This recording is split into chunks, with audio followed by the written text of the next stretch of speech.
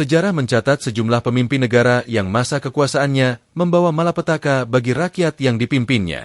Kekejaman serta aneka kebijakan brutal mereka menyebabkan kematian, penderitaan, sekaligus meninggalkan noda hitam dalam catatan sejarah dan peradaban manusia. Video ini menguraikan para diktator yang pernah berkuasa di berbagai negara, yang menyebabkan kematian massal, penderitaan, dan trauma berkepanjangan pada jutaan orang. Inilah para diktator paling brutal dan gila di dunia. Joseph Stalin, diktator Soviet. Joseph Stalin adalah pemimpin kontroversial dalam sejarah dunia. Ia lahir pada 18 Desember 1878 di Georgia, yang saat itu merupakan bagian dari Kekaisaran Rusia. Setelah Revolusi Bolshevik 1917, ia mulai mendaki tangga kekuasaan dalam Partai Komunis.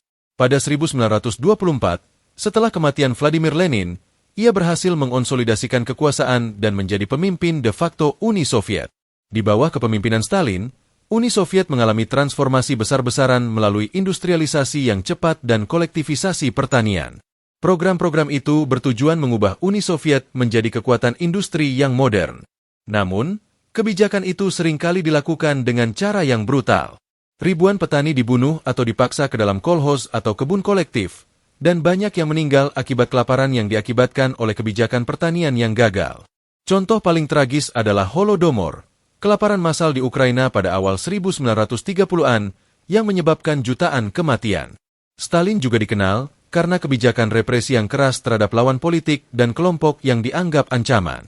Melalui Great Purge pada akhir 1930-an, ia menargetkan anggota Partai Komunis, militer, dan warga sipil yang dicurigai tidak setia. Ratusan ribu orang ditangkap, diadili secara tidak adil, dan dieksekusi atau dikirim ke gulag, sistem kamp kerja paksa yang terkenal dengan kondisi mengerikan. Taktik teror ini menciptakan suasana ketakutan dan ketaatan di seluruh masyarakat, dan banyak orang merasa terpaksa melaporkan satu sama lain demi keselamatan mereka sendiri. Meskipun metode kepemimpinannya kejam, Stalin berhasil mengubah Uni Soviet menjadi salah satu kekuatan besar dunia.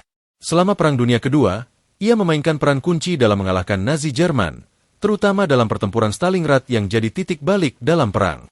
Setelah perang, Uni Soviet muncul sebagai superpower global, bersaing dengan Amerika Serikat dalam Perang Dingin. Namun, warisan Stalin tetap dibayangi tindakan brutalnya, dan banyak yang mempertanyakan apakah pencapaiannya sebanding dengan biaya kemanusiaan yang ditimbulkan. Saddam Hussein, diktator Irak.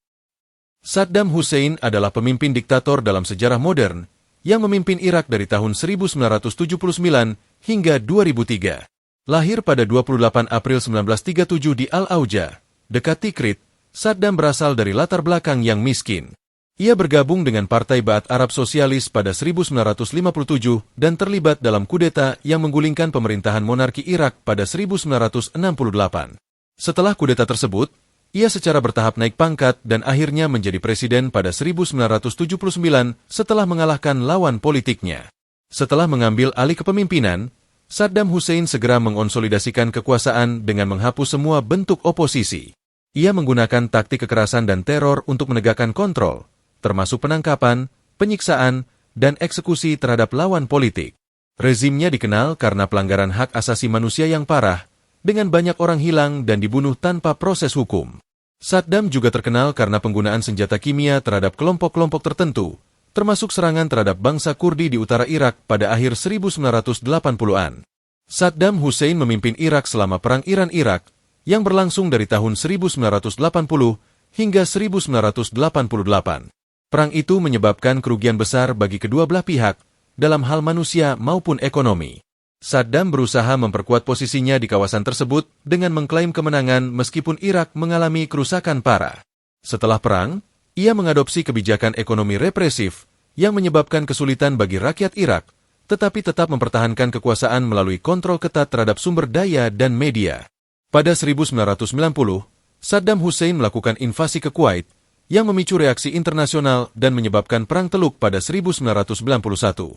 Koalisi internasional yang dipimpin Amerika Serikat berhasil mengusir pasukan Irak dari Kuwait, tetapi Saddam tetap berkuasa di Irak. Meskipun menghadapi sanksi internasional dan tekanan politik, ia terus mempertahankan kekuasaannya dengan cara yang otoriter. Rezim Saddam Hussein berakhir pada tahun 2003 ketika pasukan koalisi yang dipimpin Amerika Serikat menyerbu Irak dengan alasan ia memiliki senjata pemusnah massal. Meskipun tidak ditemukan bukti yang mendukung klaim tersebut, invasi itu membawa pada penangkapan Saddam dan pengadilannya. Ia dijatuhi hukuman mati pada tahun 2006 karena kejahatan terhadap kemanusiaan. Pol Pot, diktator Kamboja. Pol Pot adalah diktator yang memimpin Kamboja selama periode yang disebut pemerintahan Khmer Merah dari tahun 1975 hingga 1979. Lahir sebagai Salotsar pada 19 Mei 1925 di Prexbauv, Kamboja, Pol Pot menempuh pendidikan di Prancis, tempat ia terpapar ideologi komunis. Setelah kembali ke Kamboja, ia bergabung dengan Partai Komunis Kamboja dan mulai merencanakan revolusi untuk menggulingkan pemerintahan yang ada. Pada 17 April 1975, Pol Pot dan pasukannya berhasil merebut ibu kota Phnom Penh, menandai dimulainya pemerintahan Khmer Merah. Segera setelah mengambil alih kekuasaan, Pol Pot meluncurkan program radikal untuk mengubah Kamboja menjadi masyarakat agraris yang utopis. Ia memerintahkan pengosongan kota-kota, memaksa jutaan warga sipil untuk pindah ke pedesaan dan bekerja di ladang-ladang kolektif. Kebijakan itu bertujuan menghapus semua unsur kapitalis dan modernitas yang dianggap sebagai ancaman terhadap ideologi komunis yang ingin ditegakkan. Selama pemerintahan Pol Pot, Kamboja mengalami salah satu genosida terburuk dalam sejarah. Diperkirakan sekitar 2 juta orang, atau hampir sepertiga populasi Kamboja, tewas akibat eksekusi, kerja paksa, kelaparan, dan penyakit. Target utama kebijakan represif itu adalah para intelektual, profesional, dan siapapun yang dianggap berpotensi menentang rezim. Sekolah, universitas, dan institusi budaya lainnya ditutup, dan banyak orang yang dianggap terpelajar atau memiliki pendidikan tinggi dieksekusi tanpa pengadilan. Kekejaman yang dilakukan rezim Khmer Merah di bawah Pol Pot tidak hanya terbatas pada eksekusi massal, tetapi juga mencakup penyiksaan sistematis dan pelanggaran hak asasi manusia yang meluas. Penjara S21, yang terkenal sebagai Tuol Sleng, menjadi simbol kekejaman ini, tempat ribuan orang ditangkap, disiksa, dan dibunuh. Ratusan ribu orang dipaksa bekerja dalam kondisi yang sangat buruk, dan banyak yang tidak bertahan hidup akibat kelaparan dan kelelahan. Pemerintahan Pol Pot berakhir pada 1979 ketika Vietnam menginvasi Kamboja dan menggulingkan rezim Khmer Merah. Meskipun Pol Pot melarikan diri dan terus memimpin gerakan Khmer Merah di daerah pedesaan, ia tidak pernah kembali ke kekuasaan. Setelah bertahun-tahun bersembunyi, ia ditangkap pada 1997 oleh mantan sekutunya, dan meninggal dunia pada 1998. Kim Il-sung, diktator Korea. Kim Il-sung dikenal sebagai pendiri dan pemimpin pertama Republik Demokratik Rakyat Korea, atau yang terkenal dengan sebutan Korea Utara. Lahir pada 15 April 1912 di Mangyongdae, Pyongyang, Kim Il-sung terlibat dalam gerakan anti-Jepang selama pendudukan Jepang di Korea.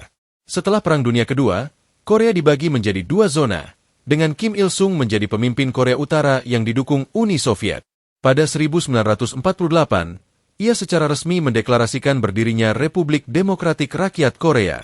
Di bawah kepemimpinannya, Kim Il-sung menerapkan sistem pemerintahan totaliter yang sangat terpusat, dengan semua aspek kehidupan masyarakat dikontrol oleh negara. Ia memperkenalkan ideologi Juche, yang menekankan kemandirian dan ketahanan nasional. Ideologi itu menjadi dasar bagi semua kebijakan pemerintah dan propaganda, mendorong rakyat untuk percaya bahwa Korea Utara harus berdiri sendiri tanpa tergantung pada negara lain. Kebijakan ini, meskipun dipuja oleh pengikutnya, seringkali mengarah pada isolasi internasional dan kesulitan ekonomi. Selama masa pemerintahannya, Kim Il-sung melakukan kampanye besar-besaran untuk membangun kekuatan militer dan industri negara. Ia berusaha menciptakan citra Korea Utara sebagai kekuatan yang tangguh, terutama melalui program senjata nuklir yang dimulai pada 1950-an. Namun, pembangunan ekonomi seringkali dilakukan dengan mengorbankan kesejahteraan rakyat. Banyak program sosial yang gagal, dan rakyat seringkali menghadapi kelaparan serta kesulitan hidup yang parah, terutama selama krisis pangan pada 1990-an. Rezim Kim Il-sung dikenal karena tindakan represifnya terhadap lawan politik dan kelompok yang dianggap ancaman. Melalui sistem pengawasan ketat, pemerintah mengendalikan informasi dan membungkam kritik. Penjara politik dan kamp kerja paksa menjadi alat untuk menakut-nakuti dan menghilangkan lawan. Banyak orang ditangkap tanpa pengadilan dan mengalami penyiksaan, sementara keluarga mereka juga sering ikut dihukum hanya karena memiliki hubungan dengan mereka yang dianggap sebagai musuh negara. Setelah kematiannya pada 8 Juli 1994, Kim Il-sung digantikan oleh putranya, Kim Jong-il, yang melanjutkan warisan pemerintahan otoriter. Meskipun Kim Il-sung dihormati sebagai pemimpin besar dan dipuja dalam budaya politik Korea Utara, warisan kepemimpinannya tetap dipenuhi pelanggaran hak asasi manusia dan kesengsaraan rakyat. Masih ada beberapa diktator lain yang sama brutal dan gila, dengan dampak kehancuran yang sama pada dunia, khususnya pada negara yang dipimpinnya. Tapi karena uraian ini sudah cukup panjang, kita akan lanjutkan di video berikutnya.